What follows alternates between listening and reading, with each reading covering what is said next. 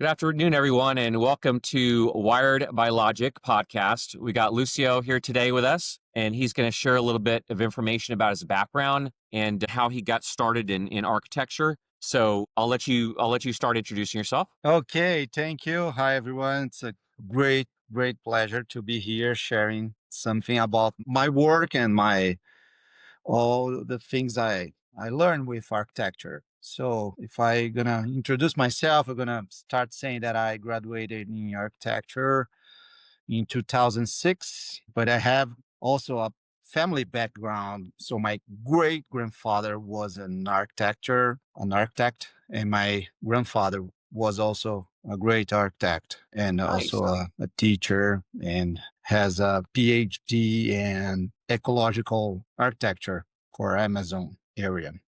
Wow. Okay.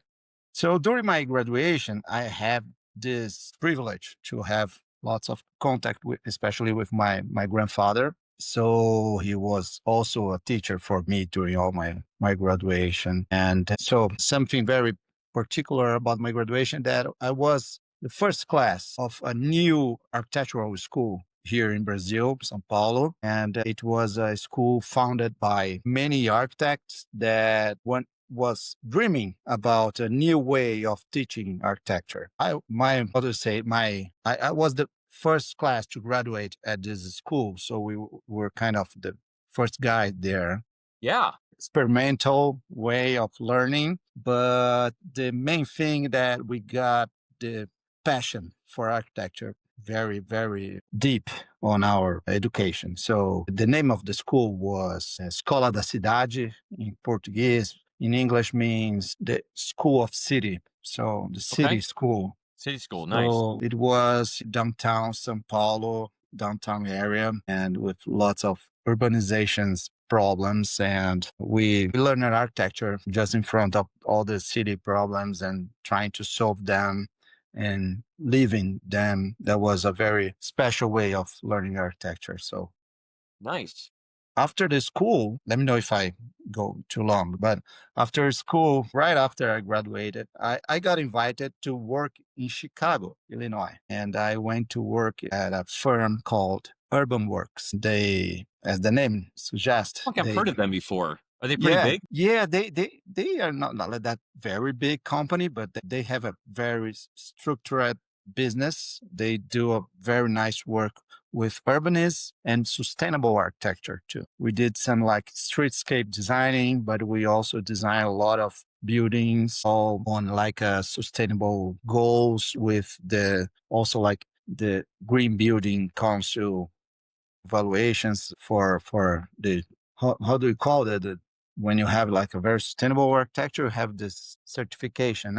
So we design a lot of buildings with certification for green buildings. Sorry, the name of it is LEED from the GBC, the Green Building Council. Okay. We got so I got this background with them working with sustainable architecture there in USA, in Chicago, which is an amazing city for architects. I bet. And then when I came back to Brazil, brought in 2010, actually, I went there 2007, 2009.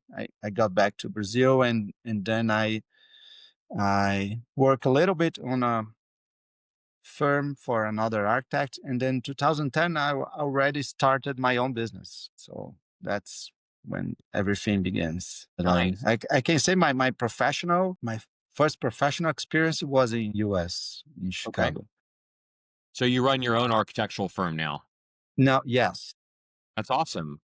So Yes. fellow. Actually, I start very early. I think I don't recommend actually for everyone. I mean, it's good to get more experience with more bigger firm, maybe. But I got this opportunity to work with environmental consulting Okay. firm. So we start this partnership for preservation areas for this more. We start doing architecture for these protected zones for environmental protections. And then that is what make my design that I do today start back there doing this work with biologists and everyone from the other firm for environmental consultings. And then I start working with them. And now, most work that we do is actually houses, but we always have like a foot step on the field for environmental consultants too. So the urban planning that we do for like big areas outside the city, there's always like sustainability in between.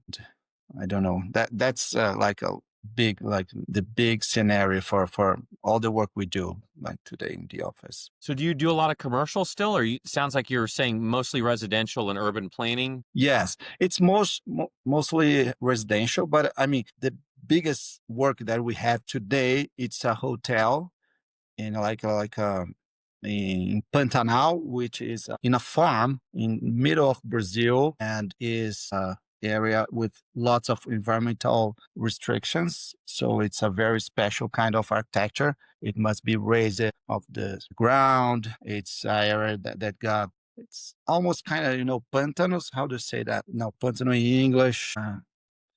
How can I say, when you have like lots of crocodiles and lots of animals. So Okay. it's floated area.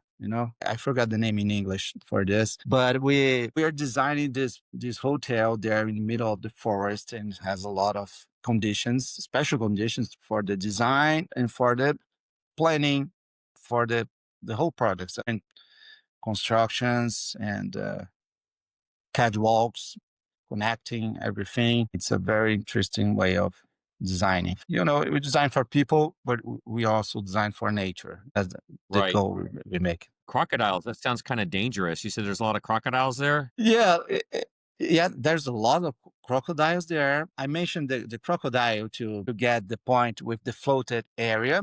Hmm. There is some times of the year, some seasons that everything got floated. So the construction are raised from the floor, but we have like a very special problem. I cannot call this problem, but we have lots of jaguars there. It's area it's a protected Yeah. environmental protected area. Okay. So there is some ONGs that make a very special work to preserve the animals there. So there's lots of animals, so lots of food for the jaguars. Many people go to the hotel to see the jaguars, right? Okay. But they are very dangerous at the same time. So we Yeah, gotta I would make say sure so. we raise it from the floor tall enough to make this protection for the people. And it's cool too. We are designed for that room. It's comfortable for this guest, but it must be also like how the construction will interact with everybody else around. The Right. birds, lots of big birds. When you think Brazil, you think about this very, It's like a natural sanctuary, basically, like yeah. a natural It's a preserve natural area. sanctuary. That's a good name. Yeah. Yeah. And the interaction with we call here fauna, when you have like the animals, and not just the nature, but the animals. Very, very lots of animals there. I forgot the word now. Sorry. No, you're good. Or I get the general gist of it, and yeah, whenever you're working in an area like that, like in San Antonio, we have a lot of San Antonio, especially on the north side, is over an area called the Edwards Aquifer Recharge Zone. So we have an aquifer underneath that the water permeates through the ground down into the aquifer. So there's a lot of rules and regulation when you're building on top of the aquifer. You have to have retention ponds. yeah, of course. Yeah, so if they're paving a huge parking lot, you can't just have all the water run off. You have to be able to capture the water somewhere to allow it to permeate down into the ground to return back to the aquifer. So you have retention ponds, and then those have to be maintained. And there's all this hoopla that I'm sure the architects and engineers have to go through to satisfy all these regulations. But it's all there for a reason. You can't just build everywhere and not take into account the environment. It's still important to maintain the environment, and where you're talking about, it sounds like a nature sanctuary, so you don't want to be destroying the habitat of the animals. Yeah, And then if there's totally. jaguars there, you definitely don't want to be subjecting the guests to Yeah. face-to-face interactions with the jaguars. Yeah, you Not gotta safe at make all. sure everything it's on in a good balance. I Right. would say that. And so we have like when we talk about like sustainable architecture, I would say like besides uh, the material you use that will make this construction more sustainable or not. And there is where all the certification, the lead certification get in. You know, you can do like a big glass high rise and it still can make it lead certification. But the more important thing about sustainability in architecture, I think, is the design. When you start the design, the shape of the architecture, the way the architecture interacts with the environment. That's the biggest point for Right. sustainability in architecture. And so if it has like natural lights, like cross ventilation, if it gets more adjustable and in a good balance with the environment. So it's totally different to design something here, even here in Brazil, if you were designing this area of Pantanal, which is the hotel, and or we are designing here in São Paulo or in a different area which is more dry or it's more rainy, and we have Hmm. to make sure the design is correct for this environment. The area. Yeah. Yeah, and also besides the design, we have also a very special thing with the material we most use here in the office is the wood. So the wood structure is the main material we use in our design.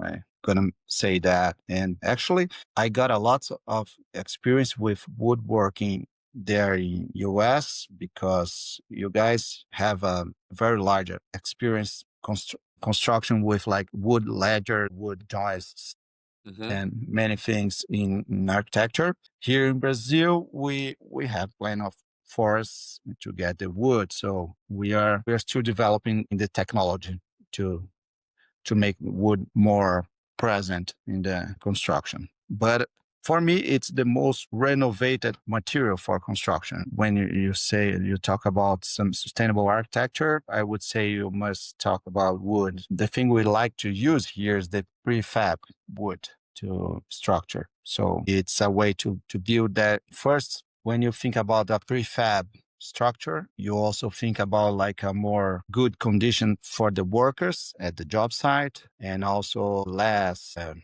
residues. I forgot the name first. So you don't waste materials Right. when you got like the prefab materials. And when you use wood, you would say that it's also like a renovated material because it comes from the forest and the how to say the reforested, if is that correct the name, right? I So think you so. can Yeah. You're talking about always, they replenish the yeah, forest where they pull the trees. Yeah. yeah. So that's a very important way. So once you have this more ecological, is correct to say ecological Yeah. or not? Yeah, more ecological material. And also when you assume a more specialized work at the job site. So all those things combined together make the sustainability for the construction, I would say. And always you have the construction, but you have also the urban planning or the planning itself for many different areas here, combining this like sustainable constructions with a well-designed planning for combining the construction you are doing with the nature or everything around the construction. Very important to say. Yeah, no, that's interesting. Finding out ways to maximize the use of the materials you have, and I'm sure technology plays a big part of that. And then being able to transport, because I guess you're moving that structure then on site because it's prefabbed off site, and Yeah. move it on site and then set it up, if you will. But that's interesting, being able to build it, prefab it, and then take it. We had a building downtown. I don't remember what the building's called. It's a hotel. It's like the Marriott or something like that. It's on our Riverwalk. I'm sure you've heard of the Riverwalk here in San Antonio. But it's this building, this hotel was built for the 1978 or 79's World Oh, Fair or something like that. And they had, I think it was, I want to say it's like 4 or 8 weeks or something to build it. Like it was a crazy fast wow. schedule. And so they built the hotel rooms were modular, and they built them off site. They poured them, they're concrete, offsite and then brought them on site and stacked them like Legos on top of each other. Yeah, Yeah, I don't know how that's they managed all fabulous. that. It's crazy, but they built it in like 8 weeks or something like that. It was ridiculous. Well, yeah, it's ridiculous. That's fast. But I mean, sometimes after all, when you have like prefab construction like that, sometimes you don't have like the most beautiful shape and everything more like, I mean, you have some restrictions for the design, but I would say that like the prefab construction is the most sustainable way of construction for every city. I mean, in US, you have much more like here we say like more dry construction because here in Brazil we have like different way of constructing more like plaster and brick, and we don't have that much drywall, with gypsum boards and Hmm. stuff. Here we use more like plaster and brick, very old style. Lots of waste of material and everything. But I always say that when you have the prefab, you have less waste of material, which is very important for the environment. It makes a huge mess with all the things. Like yeah, we say residue. Anyway, Residual. residual. Yeah. Yeah. Huh. So, but also, so one way you have like less waste, but in other way you pull the industry for construction, a more rational industry for construction. That's very important also. And in the other way, you also assume a more specialized work. So, like it's 3 points, like the environment, the industry pull, the economy, and also the social thing, like assuming a better work for at the job site. Those three things together, they are very, very important to think about sustainable architecture. Right. I would say that. No, that's interesting. How do you think like over the last my dad used to be an architect back in the day. That's kind of how I got into technology in the first place. I was probably like 12 or 14 or something along those lines. This is back in like late 80s, early 90s. You couldn't go out and buy a computer pre-built. You had to go get the components and then you would build the computer, you would put it together. And I Yeah. remember I would watch him get the computers built and install the operating system and everything was fascinating to me. So I started getting into it. I built a couple computers, and then my dad started referring me to clients of his that were like colleagues, like other architects or clients or whatever that were looking to build computers. And I would help them get the computer set up and install AutoCAD and all that kind of good stuff. But that's how I got into technology in the first place. So I have an affinity for architecture. I enjoy architecture. I love looking at houses and buildings and just the beauty of it all. I don't have the skill to be an architect, but I can see something and go, oh, that's beautiful, or that's amazing architecture or whatever the case may be. But yeah, Yeah, I'm sure it make the total difference when you have like your father was an architect. You probably raised with like the a different look for everything around. no, it definitely does. It gives you an appreciation for it.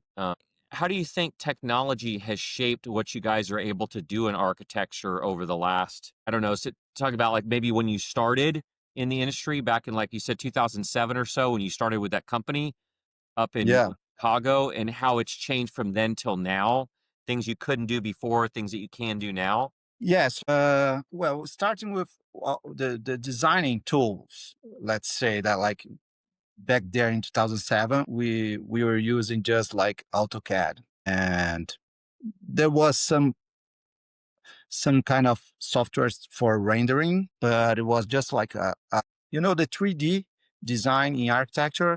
It was just like a tool for presentation. It Right. was not a rational tool to think about the space, I would say. And nowadays, I would say that the way we design, especially in our firm, we design everything in 3D software, and that may change for the way we think the construction itself. So we Right. design like with BIM, the building unit modeling, building information modeling, right? The BIM softwares for designing. So we're not designing with lines like we were designing at a desk with pens and stuff. Now we design with the components.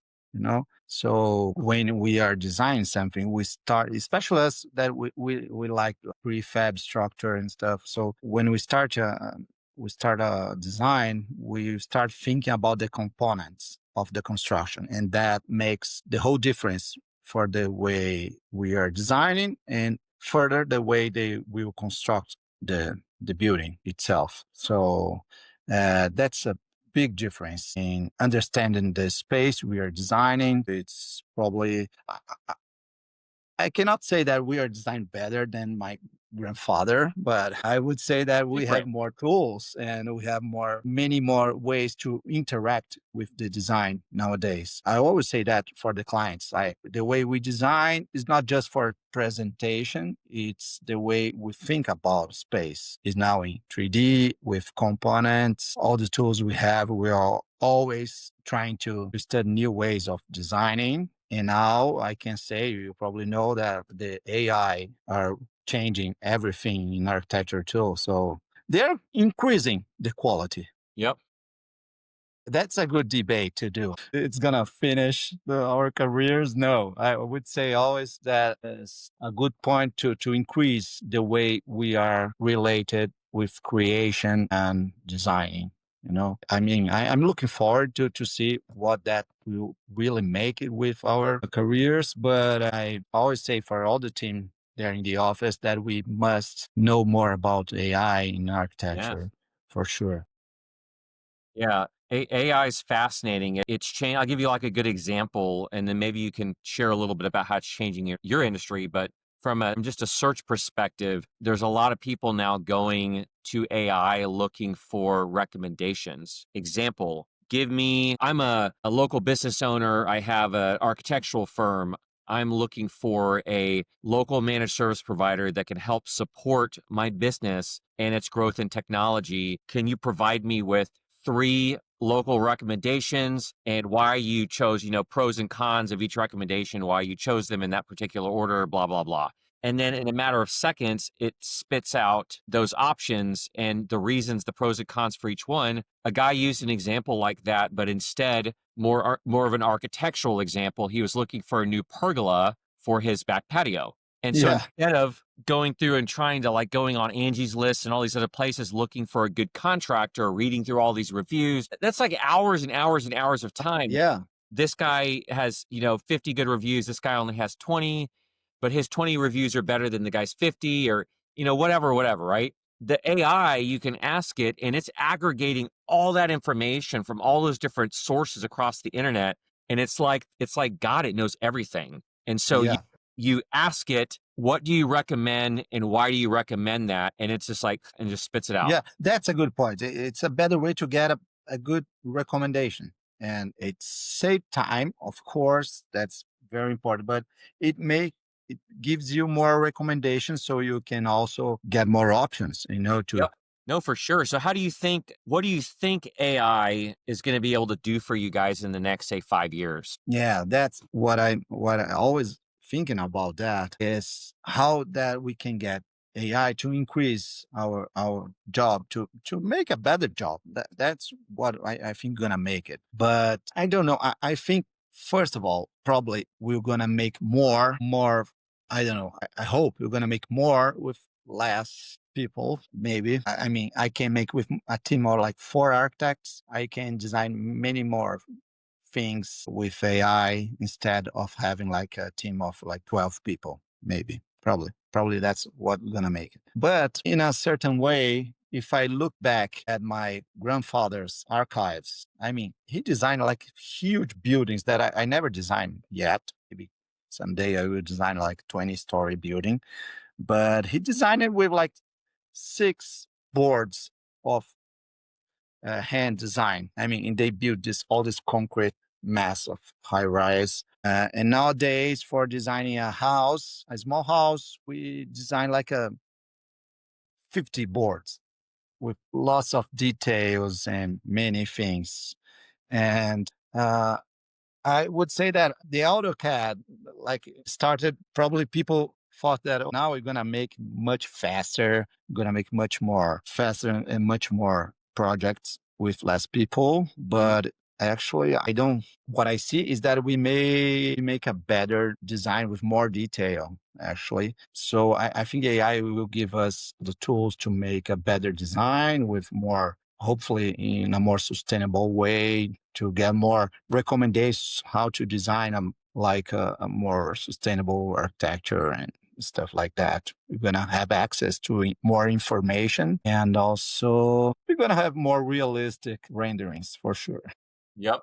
and videos Renderings with have like, come even such a long way. I mean, from back like 2010 timeframe to now, and you look at like movies are a good example of how much renderings have increased. You look at like the original Jurassic Park. yeah, right. No, yeah, I must look back there to see. I don't want to see that. Yep. And now you look at Probably. like the most recent Jurassic World or whatever came out with Scarlett Johansson. You look at that now and the capabilities they have, like I think I can't remember what that dinosaur is that's in the water. It's like a mosasaur or something like that. And she's hanging off the front of the boat trying to shoot the thing with a little dart syringe thing that's going to capture its Yeah, blood because they need a blood sample from it. And you can't exactly walk up to it and poke it with a syringe, right? You got to shoot it with this gun thing that takes and gets a blood sample and then shoots it up in the air and then they catch it. But it's crazy like it's watching unbelievable. it looks like real life. That's how realistic the renderings have gotten these days. I'm sure they've gotten just night and day better on your side of things as well. Yeah,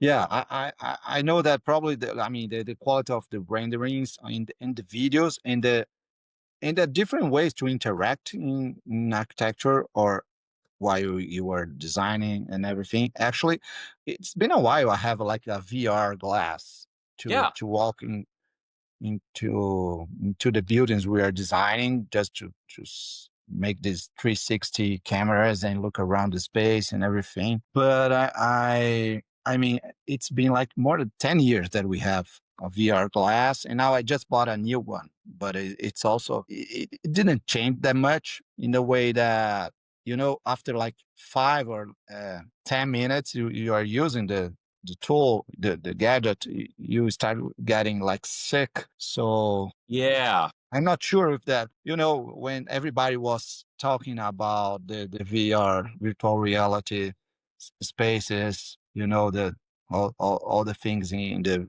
virtual world, the meta, when they started investing in the metaverse, right? Yeah, metaverse. Yep. So I thought that today I would be designing some architecture for metaverse, but I didn't get It's this job crazy to yet. think that all that virtual, I mean, there's even in like the cryptocurrency space, they were talking about they had a bunch of metaverses. You know, you could like buy land in this metaverse or that metaverse. And so you'd own digital land. I don't know how that's going to translate in the future to anything that's worth anything, but I'm sure somebody will find a way to monetize that down the road.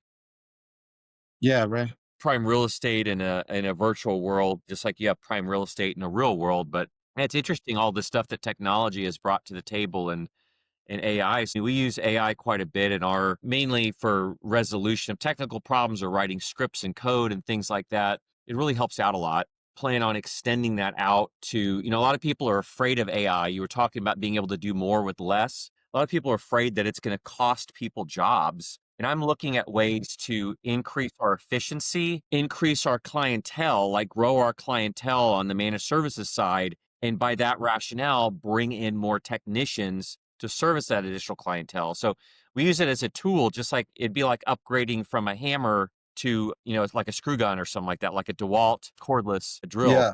You're you're upping your game, you're increasing your capacity, and you're increasing your ability to onboard clients and service those clients. Yeah, totally. For for architecture, like I would say, like my job today is for the very rich people, I would say, because it's everything like custom design that I do. Right. Like we don't have like the prefab houses with like the client get at my office and it has like a preset project. No, everything is customized. We customize the design, but then we make it build with like a prefab structure. Okay, but it's everything's customized, so it takes a lot of time to make a project. So when maybe the AI would make for sure, it's to put architecture in a more democratic way. I mean, to for more people have access for a good Right. design. I mean, that for sure is going to make the difference for also to everybody has access for a sustainable architecture, which means maybe most people doesn't have access for the knowledge for this maybe. And then with AI, many people are going to have more like information and more quality and also more efficiency to make a better price so you can make more clients, more Yep. people. That's what I'm dreaming of with Yeah. this What? AI. How many draftsmen or employees do you have currently? We have actually my team. We are 6 people. Just Okay. I mean, it's me, more administration person, and 4 designers, It's architect awesome. designer. And it's your Yeah, own company, right? yeah, it's my own company, Was that and scary when you started? Like, we're kind of going off a little bit into the business side of things, but was that scary when you stepped out on your own and you're like, I'm going to do this. I'm going to start my own architectural company and see where this yeah. takes me? So we got this very nice job in this farm with the environmental consultants there. And then I have the job and I called a friend, let's make this. And I started my own firm with 3 more partners. So Okay. that was a better way to start. And Nice. then, I mean, by the years, they were going different ways. So like nowadays, it's been like more than maybe uh, almost like 10 years that I just by myself. I mean, with the principal partner. And then when I look at it was already like doing my own design with my team. And I started with like internship, just interns. And then the interns, they get graduated. And then it started. Now we have like 3 architects and 1 intern, trying to get another intern now. So Nice.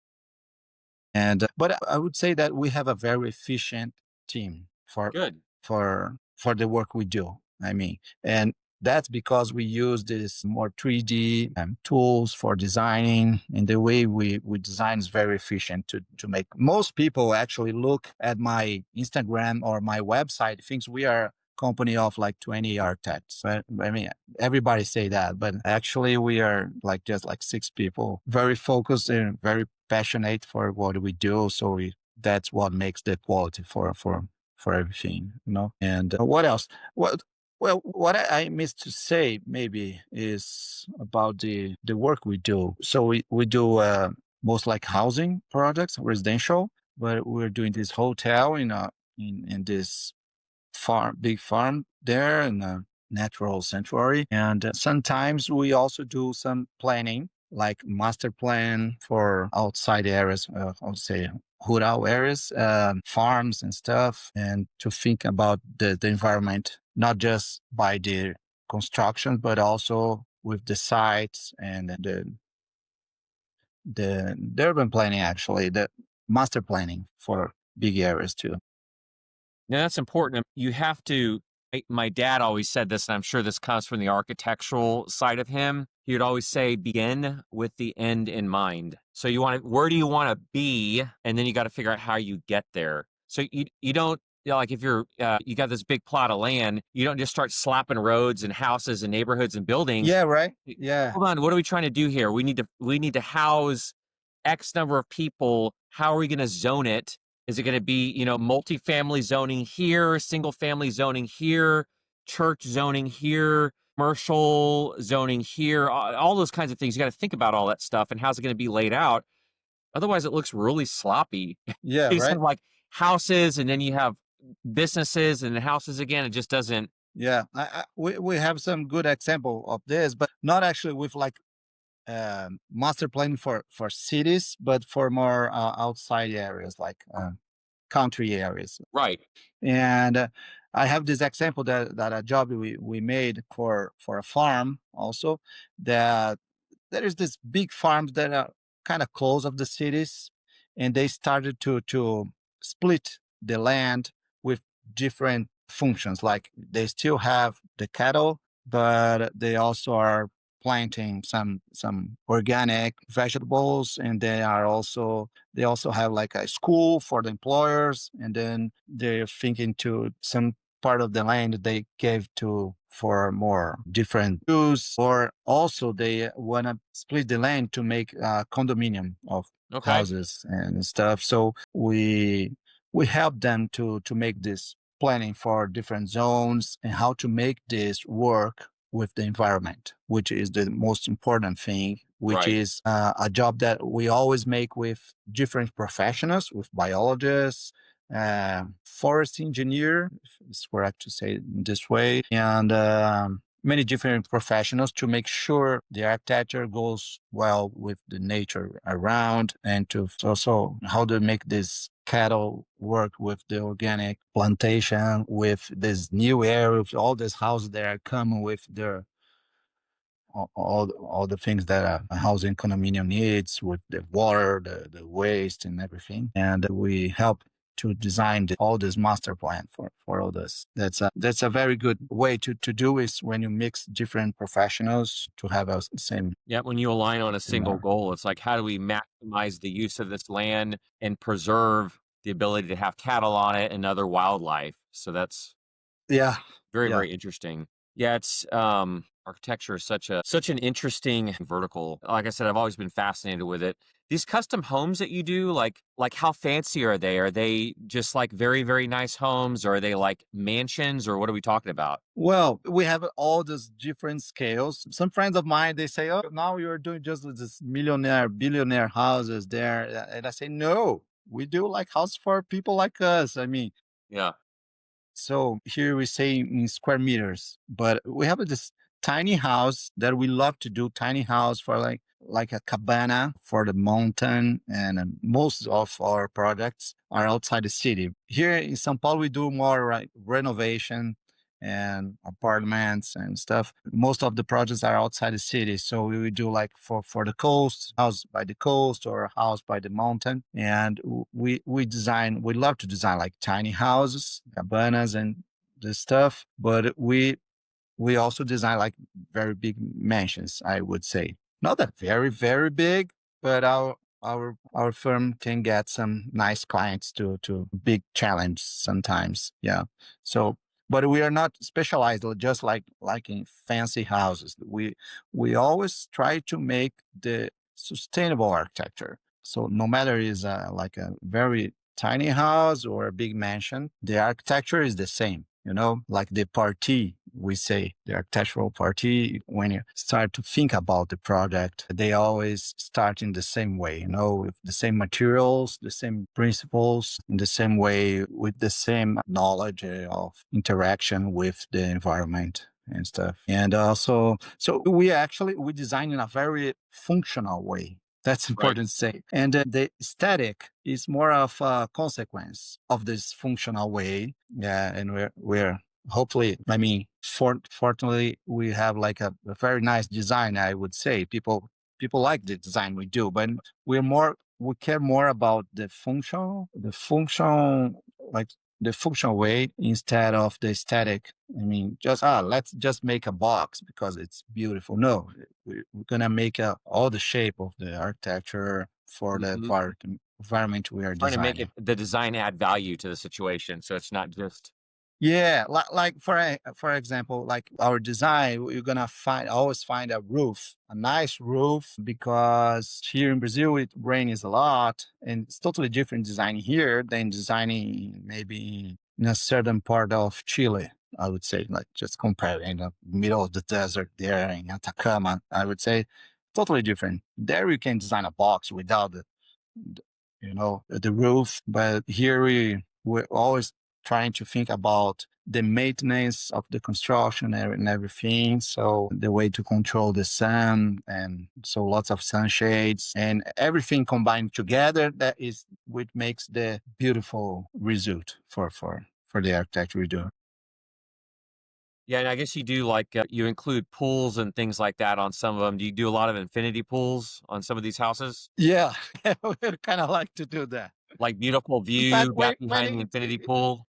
yeah, when it's like a house, we just took some pictures of this recently finished house we designed by the coast. It's in front of a canal, big canal of the sea. It's in an island in front of the continent, so we have this canal in front, and it's a very, very, which is very, how to say that when it's Steep slap it. incline? Yeah, it's living kind. So we designed this house that was hanged by the landscape. So we have this beautiful pool with like infinity pool. So that when you look at the pool, you'll see the sea around, and Mm. it's a very fancy architecture in a certain way, but also it's a house that is not that big.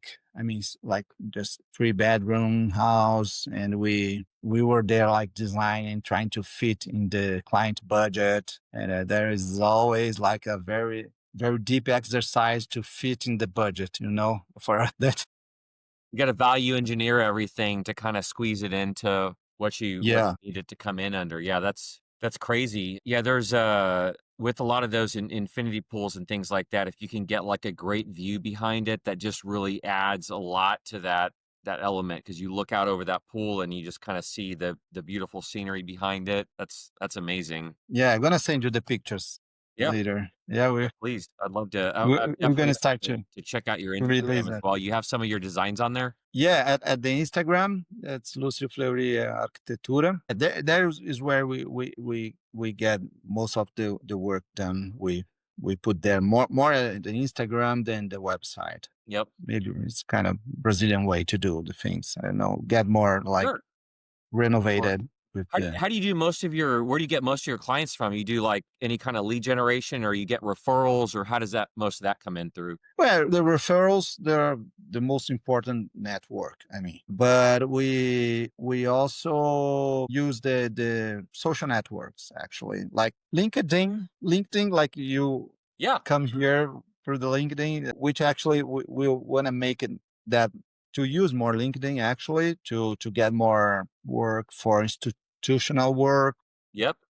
The mostly of the residential work comes from the Instagram. So Yeah, no, we don't that have makes that sense. many Like, followers, but we do have good followers that every time that we post something or some new product, somebody came with like asking for a proposal for a new job and stuff. nice. So it's very important to be on the network. So on the social network actually. No, that's really good. Speaking of getting more clients and getting more work, so we have an architectural client here in San Antonio. I was having a long conversation with him the other day. He's having to spin up an additional business venture where he's sourcing and selling custom cabinets to clients because he's not been able to find any draftsmen. Like I guess the number of people graduating from the architectural schools has really dropped off, and so he's not able to. He's had a job posting up for I don't know. He said almost like a year now, and has not. But nobody's applied. Wow. Yeah. Are you guys seeing that down there, or I mean, is there like a No. drop off in the number of graduates, or no? No, no. Actually, here in Brazil, we have like every year, like thousands of our new architects coming from. That's crazy. Yeah. I might connect the two of you. Maybe he does custom homes, so it might be a good fit. Maybe you guys could do some projects together, or you could do the design work for him, or something like that. That would be great. That would be great to just to get in touch and to see how they work. Yeah, I mean, I know they probably work with like feet and inches, but I kind of remember a little bit by the time I was working in yeah. Chicago. So You can figure out our antiquated ways of doing. I mean, it's like the United States. Like we just have to do everything different than everyone else. We can't just be like every other country. yeah, totally right. Um, Yeah, I mean, I couldn't even say that. Oh, we have this like 120 square feet. Square feet, no, square meters. So yep. I don't know if you have idea because when somebody says about square feet, I have no idea how big is the space. I mean, I have like Visualizing it. 900 square feet. I don't have no idea how much is that. If you say, "Oh, we're like 10 kilometers away from you," I'm like, I don't know how far that is. Now you tell me miles, and I immediately like your brain's trained to know. Okay, a mile's like approximately this far. So there, you kind of figure it out. But yeah, it might be a good connection because he's having to turn work away because he just doesn't have he doesn't have the people to do the work, and it just seems like a missed opportunity. If you're getting referrals and you're having people coming to you that want to give you work and you can't do the work because you don't have the time, it seems like if you found somebody to help you with that and like outsource that to that would be a Yeah. logical instead of giving it to somebody else. I mean, that's just a wasted referral then if you just hand it off to somebody else. Yeah, right. Also depends. Maybe here in Brazil we don't have this problem. There's lots of architects that want a good job and stuff. But that's also depends if you have like a good design or the people like the design you do, you're gonna get more people interested. So I always get a lot of people interested in sustainable architecture. So they come to me. I don't know, because they are more interested in wood architecture, wood structure, and sustainable architecture. So when you have like a subject like that, you have more people interested in, or it's like a niche for the, Right. Yep. No, yeah, that right. makes sense. Or I mean, uh, it's been not a long time, but I got this designer architect that entering my company, but she wanted actually to work with interior design. And then when she realized that we don't make that much interior design in our office, so she went for a different one. So it must have like this connection with the kind of Right. job you make. No, of course. Of course. Well, we're coming up on the hour, but I wanted to give you an opportunity to kind of share any other closing thoughts you have on maybe where you see architecture going in the future, what roles you see technology playing in architecture, where you see your business in 5 or 10 years, how the landscape's changing, all those kinds of things. Yeah, well, what I would say that what I want to see the architecture going, I want to see everybody going in the same way to, I mean, to protect the planet. I mean, to get more balance Hmm. between, the cities that are growing faster and faster. I mean, Yeah. I live here in São Paulo. It's a huge city. It's very, very big. Like we have like 20 million people living here in the same city. The city is in my neighborhood here. It's a like good neighborhood, very central, lots of building growing every day, lots of job sites. But what I want to see is a better architecture. I mean, a better architecture for the cities and also for the countryside and everything. Because it's kind of cliche to say, but what is architecture for me? I mean, architecture is the space designed and constructed by the man to balance our relation with the environment. But the most important thing about a good architecture is the balance. When you have a good balance with the architecture and the environment, so It you are blends together. in the right way. That's what I think. We must go and we must get all the tools, all the new tools that are coming on to make this better architecture happen more and more. I mean, hopefully. Yeah, for sure. That's the And well, that's it. I mean, I am very, very happy and very glad to be invited for this podcast and have this nice conversation. I mean, my English, I'm sorry that it was really rust. I mean, No, your English is fine, and like I said, I think it's great that you know more than one language. I only know English. I know a little bit of Spanish, un poquito, yeah, and a poquito couple other está bien. things, but that's about it.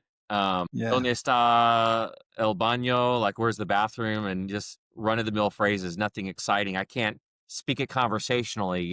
You can speak in two different languages conversationally. You just spoke with me in English for the last hour, so that. yeah. I mean, I was just thinking that I could talk more interesting things that if I had the vocabulary to do it. But I mean, I kind of I did something that I Will was take me too improving long to learn here with. Portuguese, so we'll have to stick with English for now. Well, I appreciate your time today, and we'll go ahead and wrap it up. And I hope you have a wonderful weekend. Okay, Wes. Thank you very much for the invite, and I hope to talk soon later.